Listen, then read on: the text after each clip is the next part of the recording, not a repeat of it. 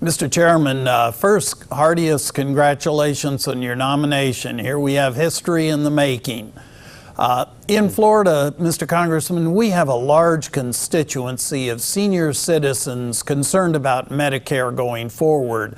Now, we know your path to prosperity will certainly pass if Governor Romney is elected president, but let's be contrarians. What's your forecast if President Obama is reelected, and obviously you're in such a strategic position as the chairman of the Budget Committee? Well, I can tell you what the forecast would be if President Obama gets reelected. Obamacare goes into law because it's going into law. He would not obviously support repealing and replacing it like we do. Look, my mom is a Florida senior on Medicare. So believe me, this is something that's near and dear to my heart. Obamacare takes $716 billion from the Medicare program to spend on Obamacare. Then Obamacare puts a new board of 15 unelected, unaccountable bureaucrats in charge of cutting Medicare each and every year in ways that lead to denied care for current seniors. According to Medicare itself, 1 out of 6 hospitals and nursing homes will go out of business and stop taking Medicare. It will lead to price controls on Medicare that leads to denied care for current seniors. Mitt Romney and I oppose this. Mitt Romney and I have a plan that says if people already retired on Medicare, they organize their retirement around this promise. Keep the promise. Don't change the program for anybody in or near retirement.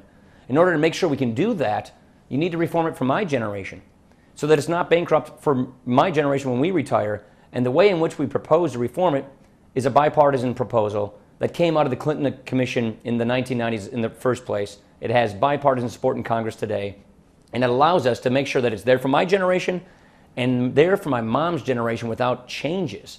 That's what we want to do. But if Obamacare actually occurs, then you'll see all those cuts that will happen to Medicare, and that will lead to fewer services for seniors.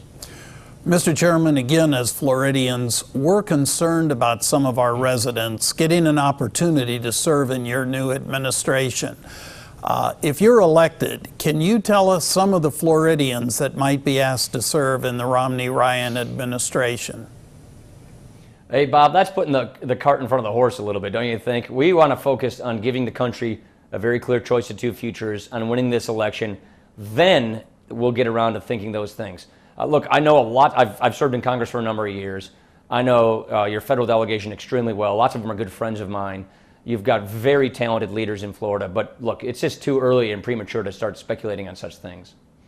As chairman of the Budget Committee, can you tell us what we might expect from the Congress on a major issue to all Floridians, the continued federal funding for restoring the Everglades?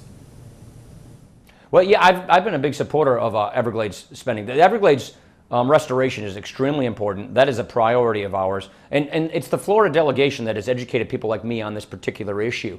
Ileana and the Diaz-Balart brothers down in the southern Florida have educated those of us, their colleagues, on the need to continue preserving the Everglades. And so this is something that the leaders in the Florida delegation, I think, have a very good voice in an open door policy in the White House if we're going to be elected, which we obviously plan on doing. This is a gem in our country. You know, I've done a lot of fishing down in that area. I've spent a lot of time myself in southern Florida. I'm a big outdoorsman, and believe me, it's a pristine wildlife area that we want to preserve.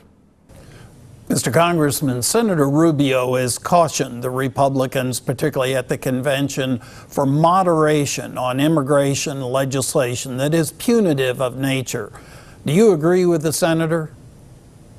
I do, actually. I've had a long record of supporting legal immigration, of making sure that we respect people who come to this country. Look, you know, I come from Irish immigrants. We're a nation of immigrants. Immigration is a good thing for America.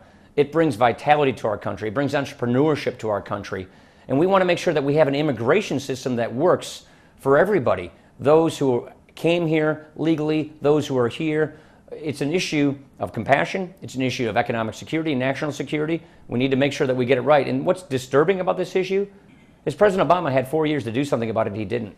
He controlled all of government by his party for the first 2 years of his administration. He didn't do anything to fix this problem. This is an issue that needs to be dealt with. And I think Marco Rubio is one of those tremendous leaders that is giving us good insights on how properly best to handle it. Mr. Vice President Designee, thank you very much for your time today, and good luck to you in the election. Hey, thanks, Bob. Good to be with you.